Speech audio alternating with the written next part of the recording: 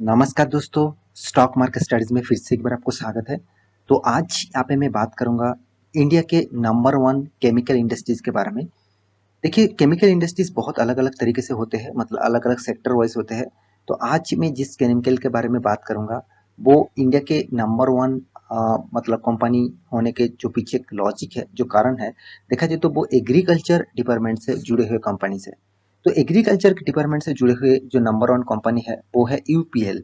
तो आज मैं यूपीएल के बारे में बात करूँगा क्योंकि इस कंपनी ने एक बहुत बड़ा अपडेट यहाँ पे देख चुके हैं। तो इस अपडेट्स के कारण इस स्टॉक में आज के दिन एक गैप अप में ओपन हुआ और उसके बाद छोटा-मोटा करेक्शन देखने को मिला क्योंकि मार्केट आज ज़्यादातर देखा जाए तो वोलेटिलिटी था।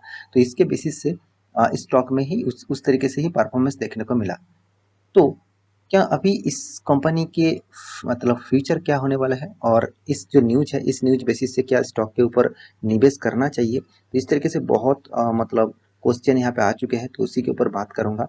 तो वीडियो को पूरा देखते जाइएगा, तभी आपको सारे डिटेल्स क्लियर हो जाएगा। तो एक-एक करके पॉइंट्स में आपको डिस्कस करूँगा। तो चलो देख लेते हैं आज के स्टॉक के डिटेल्स के बारे में। तो सबसे पहले मैं कंपनी के चार्ट पैटर्न ऊपर ओपन करता हूँ। देखिए, चार्ट पैटर्न आपको देखकर शायद कुछ ज़्यादा परफॉर्मेंस अच्छा नहीं लगेगा, कुछ नैरो पोजीशन था। फिर भी देखिए, पिछले दिनों में जो क्लोजिंग था वो अराउंड 715.70 था और आज का जो ओपनिंग है, मतलब जो ओपनिंग है उसके बाद हाई देख लीजिए 723 था। इसका मतलब स्टॉक एक गैप अप में ओपन हुआ, उसके बाद रिकवरी किया। तो आप देख सकते हैं। तो इसके पीछे कारण कौन सा है, चलो उसके ऊपर बात कर लेता हूँ। तो सबसे पहले मैं एक डिटेल्स के ऊपर आ चुका हूँ, यहाँ पे आप देख सकते हैं। तो तो यहाँ पे क्या बताया जा रहा है, यूपीएल, यहाँ पे देखिए यूपीएल साइन पैक्ट विथ, यहाँ पे देखिए श्रीनाथ मक्सबा, यहाँ पे देखिए शुगर मिल्स फॉर सस्टेनेबल, या यहाँ पे देखिए शुगर कैन प्रोडक्शन। मतलब इस कंपनी को एक बहुत बड़ा प्रोजेक्ट मिला और कहाँ से, यहाँ पे देखिए श्रीनाथ मस्कबा शुगर मिल से। तो श्रीनाथ मस्कबा शुगर मिल से एक बहुत बड़ा प्रोजेक्ट कंपनी को मिला है और इस प्रोजेक्ट के बेसिस से मेरे हिसाब से इस कंपनी के ऊपर आपको अभी फोकस रखने का जरूरत है। क्यों? देखिए, मैं आपको एक चीज यहाँ पे बताने वाला हूँ। जो चीज यहाँ पे बताने वाला हूँ, तो इस न्यूज़ को कौन सा चैनल के माध्यम से, मतलब कौन सा न्यूज़ चैनल के माध्यम से पब्लिश किया गया, आप देख सकते हैं। द प्रिंट वेबसाइट के माध्यम से यहाँ पे पब्लिश किया गया। तो मैं ज़रूर इस कंपनी के ऊपर थैंकफुल हूँ कि अच्छा खासा एक न्यूज़ पब्लिश किया। तो ये न्यूज़ कितना पॉजिटिव है और कितना पॉजिटिविटी इस न्यूज़ के ऊपर आप बोल सकते हैं, तो उसके लिए आपको पूरा डिटेल्स चेकआउट करना होगा। तो चलो एक एक करके पूरा डिटेल्स आपको मैं दिखा देता हूँ। तो यहाँ पे क्या बताया जा रहा है, मुंबई से इस रिपोर्ट को पब्लिश किया गया और आप देख सकते हैं एग्रोकेमिकल मेजर यूपीएल, मतलब ऑब्वियसली एग्रीकल्चर डिपार्टमेंट में जो मेजर है, जो सबसे टॉप रैंकिंग में कंपनी है, वो है यूपीएल लिमिटेड। थर्सडे के दिन said it has signed on agreement with, यहाँ पे देखिए श्रीनाथ जो मक्सबा शुगर मिल्स है, उनसे एक डील साइन किया है और वो भी डील कहाँ पे साइन किया, पुणे में, sustainable sugar cane production in Maharashtra. मतलब शुगर कैन प्रोडक्शन के लिए वो मतलब उसका जो केमिकल सेगमेंट है, उस केमिकल प्रोडक्ट्स है, उसको ऊपर देने वाले हैं। तो ये एक बहुत बड़ा एग्रीमेंट है और इस एग्रीमेंट के कारण यहाँ पे देख सकते हैं दिस मेमोरेंडम ऑफ अंडरस्टैंडिंग, मतलब जिसको मोम कहा जाता है। कोई भी प्रोजेक्ट फाइनल साइन करने के लिए मेमोरेंडम ऑफ अंडरस्टैंडिंग दोनों कंपनी के पास होते हैं, क्योंकि इस मतलब मेमोरेंडम ऑफ अंडरस्टैंडिंग के माध्यम से ही कंपनी खुद का जो प्रोजेक्ट है उसको, मतलब यहाँ पे जो फाइनल जो डील है वो सैंक्शन यहाँ पे करते रहते हैं। यहाँ पे देख सकते हैं कंपनी ने यहाँ पे जो बताया गया है, विल एड्रेस, यहाँ पे देखिए farmer concern and create the categories sustainability sugar by the, यहाँ पे देखिए इंश्योरिंग ऑपरेशंस। तो कंपनी एक्चुअली, यूपीएल ने क्या बताया, सेट द स्टेटमेंट, मतलब यूपीएल ने बता रहा है कि जो नेचुरल रिसोर्स है और उसके लिए जो केमिकल प्रोडक्ट्स लगते हैं शुगर मिल में, तो उसका टोटली जो मतलब प्रोडक्शन है वो यूपीएल अभी देने वाला है।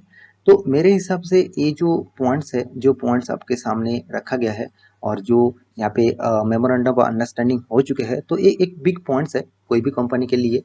क्योंकि देखिए इस तरीके से मतलब प्रोजेक्ट अगर कोई भी कंपनी को मिलता है तो उसको अच्छा खासा एक फ़ायदा ज़रूर मिलता है। तो मेरे हिसाब से इस फ़ायदे को ज़रूर आपको भी उठाना चाहिए। तो देखिए, उठाने से पहले आपको कंपनी के बारे में भी तो जानना है। तो कंपनी का जो परफॉर्मेंस के बारे में बात करूँ, तो कंपनी अभी फ़िलहाल के लिए परफॉर्मेंस अच्छा खासा ज़रूर कर रहा है, मगर कंपनी अभी देखा जाए तो 52 वीक का हाई एंड 52 वीक का लो, इसके बीच में रेंज में काम कर रहा है। अराउंड आप देख सकते हैं 855 से 622, इस लेवल से कंपनी के अंदर काम कर रहा है। 716 आज के दिन का इसका प्राइस है। तो इसका मतलब है कंपनी अभी उतना आगे भी नहीं गया, उतना पीछे भी नहीं है। तो अराउंड 54,700 करोड़ का मार्केट कैप है। टोटल मार्केट कैप के बारे में बात करूँ तो 4,700 करोड़ का मार्केट कैप है। और एक चीज, कंपनी का जो पी रेशियो है एकदम रिजनेबल प्राइस में है, और इंडस्ट्रीज पी रेशियो से कंपनी का पी रेशियो बहुत कम है।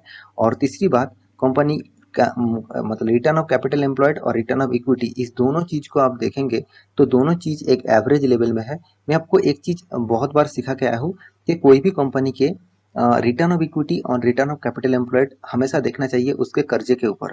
तो कंपनी ने कितना कर्जा लेके रखा, देखिए कंपनी ने एक अच्छा खासा कर्जा भी लेके रखा, 26,000 करोड़ का, 26,700 करोड़ का कर्जा भी है कंपनी के पास। तो मेरे हिसाब से कंपनी का अच्छा खासा कर्जा भी है। अराउंड 1% डेप्थ है टू इक्विटी, मतलब डेप्थ ऑफ इक्विटी देखा जाए तो पर इक्विटी में 1% का डेप्थ है। तो एक बड़ी बात है कि कंपनी ने अच्छा खासा कर्जा लिया। देखिए, कर्जा लेने के बाद क्या कंपनी प्रॉफिट कमा रहा है कि कंपनी प्रॉफिट नहीं कमा रहा है, वो भी आपको देखना चाहिए। तो कर्जा लेने के बाद कंपनी का हालत क्या है, वो आपको सबसे पहले देखना चाहिए। तो मेरे हिसाब से कंपनी ने जो कर्जा लिया, उसको लेने के बाद कंपनी अराउंड 3,600 करोड़ का प्रॉफिट भी कमाया। ऐसे नहीं कि कंपनी कर्जा ले लिया और प्रॉफिट नहीं कर पा रहा है, कंपनी लॉस में जा रहा है, बिल्कुल नहीं, कंपनी प्रॉफिट भी कर रहा है। साथ ही साथ कंपनी का हाथ में जो कैश है, कैश फ्लो जो है, वो भी देखिए, मतलब फ्री कैश फ्लो, मतलब जो कैश कंपनी किसी भी जगह पे यूज कर सकते हैं, हाथ में कैश है, वो कैश से आप कंपनी नया प्लांट भी खरीद सकते हैं, नया मशीनरीज भी खरीद सकते हैं, नया कुछ प्रोजेक्ट के लिए इन्वेस्ट भी कर सकते हैं। तो वो अराउंड 3,900 करोड़ का टोटल हाथ में कैश है। तो मैं जरूर कहूँगा यहाँ पे एक पॉजिटिविटी जरूर देखने को मिला है। तो साथ ही साथ कंपनी का अर्निंग पर शेयर के बारे में बात करूँ, तो कंपनी का अर्निंग पर शेयर उतना मतलब देखा जाए तो 47 है। चलो, अच्छी है, खराब नहीं है। तो कंपनी का टोटल इन्वेंटरी डे, मतलब प्रोडक्शन करने के लिए कंपनी का 216 डेज लग रहा है। और कंपनी का टोटल जो डेटर्स डे है, मतलब कंपनी के पैसा हाथ में आने के लिए अराउंड 121 डेज लग रहा है। तो ये एक बड़ी पॉइंट्स है कोई भी कंपनी के लिए। ये एक मेरे हिसाब से नेगेटिव पॉइंट्स है, क्योंकि जितना ज़्यादा टाइम पर लगेगा उतना ही कंपनी के लिए खराबी है।